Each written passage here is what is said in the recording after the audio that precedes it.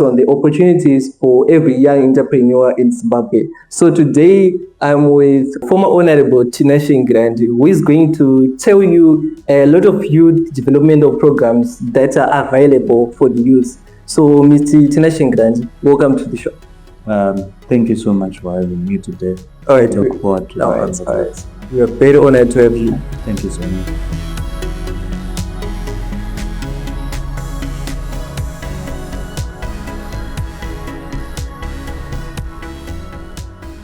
We are going to be talking about the available options for the youth to access funding, to access mentorship, and to access other youth developmental programs that are there. So today I'm partnered with Mr. Tinashe Ngirandi from the Zimbabwe Youth Council, who is going to share with us these youth developmental programs that are there. So Mr. Tinashe Ngirandi, yes. Can you tell us who Tinashe Ngirandi is in the Zimbabwe Youth Council?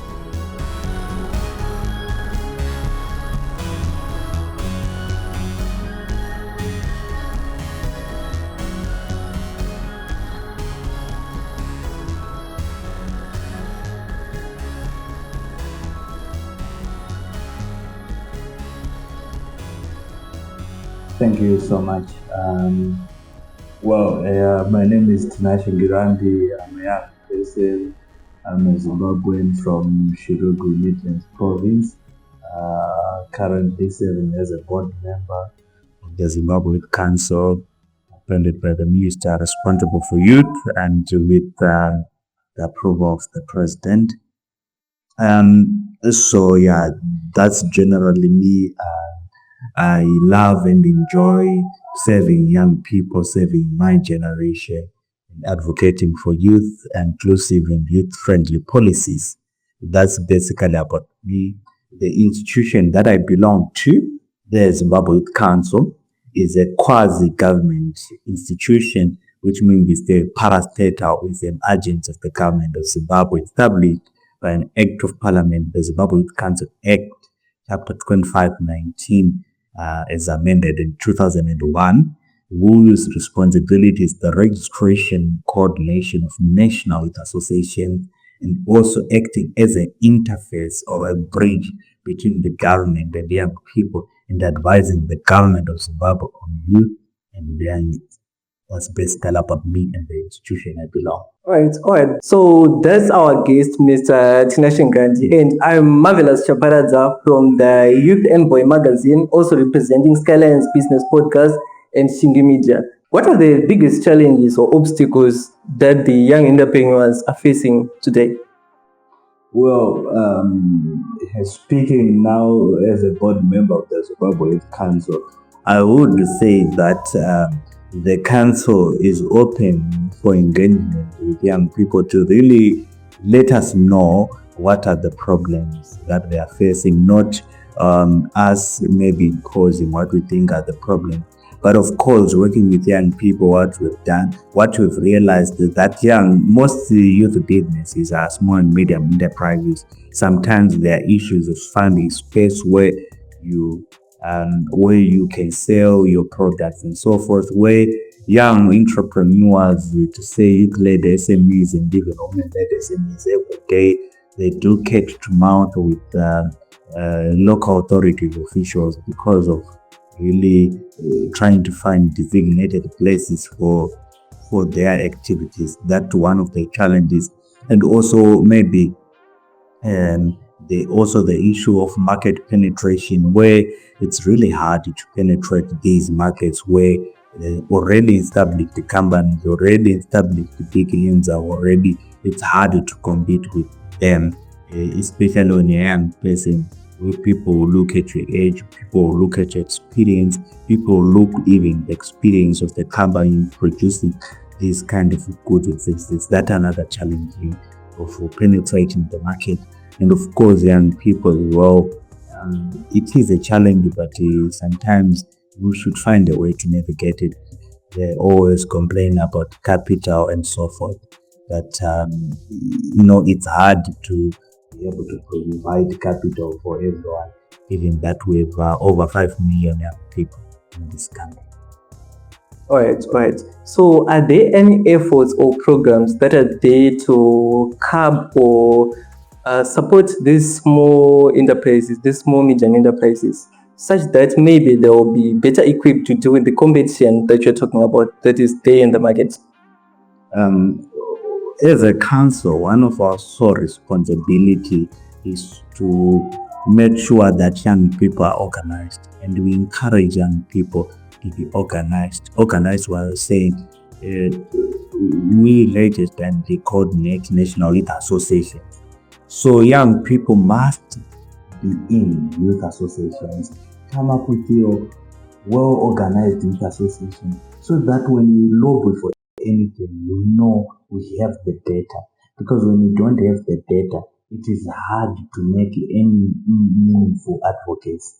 So that is why we, as a council, were established to ensure that young people are organized so that we come up with programs that are structured, knowing that we have young people in these various areas. They require areas within mining. They require, because the need of a young person in creative arts is different from the need of a young person in mining. The need different with the young person in IT and so forth. So through your associations, you let us know so that we have the data and see the synergy that we can have with various government departments and also the private sector. Nevertheless, the Zimbabwe Council, in partnership with YET, has a space that it has been allocated in Chinoi, but the Chinoi municipality, a youth market where we will set up a space for young entrepreneurs to sell from there. And as you may be aware, we are pushing for a certain percentage. It's already being debated in Parliament for a percentage with the procurement or regulatory authority of Zimbabwe, so that these tenders in the issue of market penetration, for the tenders that they're going to be bidded, there will be a certain allocation for youth-led amounts. Those are the two developments that have happened so far. Okay, okay. I think that's interesting. So, how does the Zimbabwean government interface with the private sector, maybe the private sector businesses, to support the growing business, the small businesses that young entrepreneurs have been getting into today? As a council, to say, I can't. Maybe the government is broader, and there are a lot of mechanisms that are there with the Minister of Industry and Commerce, with the Minister of Trade, Foreign Affairs, and the Minister of Trade, which has been said, interface with the private sector in various mechanisms. Even the private sector, they have their own associations that also interface with the government of Zimbabwe in mining, with the Zimbabwe Miners Federation and so forth. Now, as a country, we approach these ministries and also these private sector business member organizations to say, look, when you now have young people that are organized, for example, our Business Development Investment Committee in the board is working on something along those lines within the agricultural value chain, to bring companies that are within the agricultural sector and also bring youth associations that are in the agricultural sector, so that they have B2B, they sign MOUs, and also they explore various opportunities like raw opportunities and so forth. Those are some of the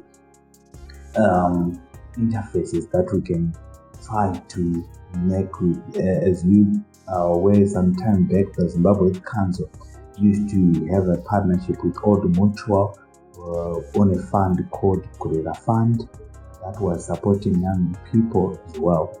These are some of the partnerships that we can do.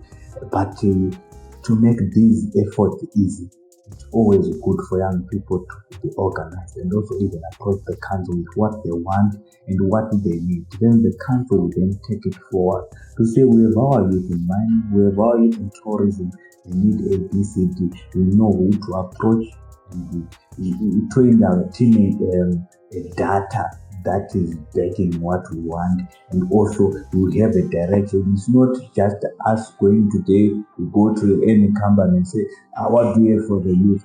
They'll ask you, we have A, B, C, D. Do you have the people to take it up. Then it will be another homework to go back and start to look for people. So it's always good when the young people organize from the ward levels up to the national levels, so that it is easy for the council to do such investment and such synergies. But as a council, we continue to make sure that we lay the ground desires, mission, the other partnerships that we've had before. So it's a testament to young people that it can happen.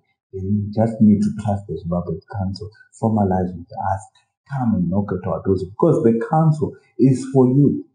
It's not us, the board members, who knows everything about the youth. They must come to us and let us know what they want.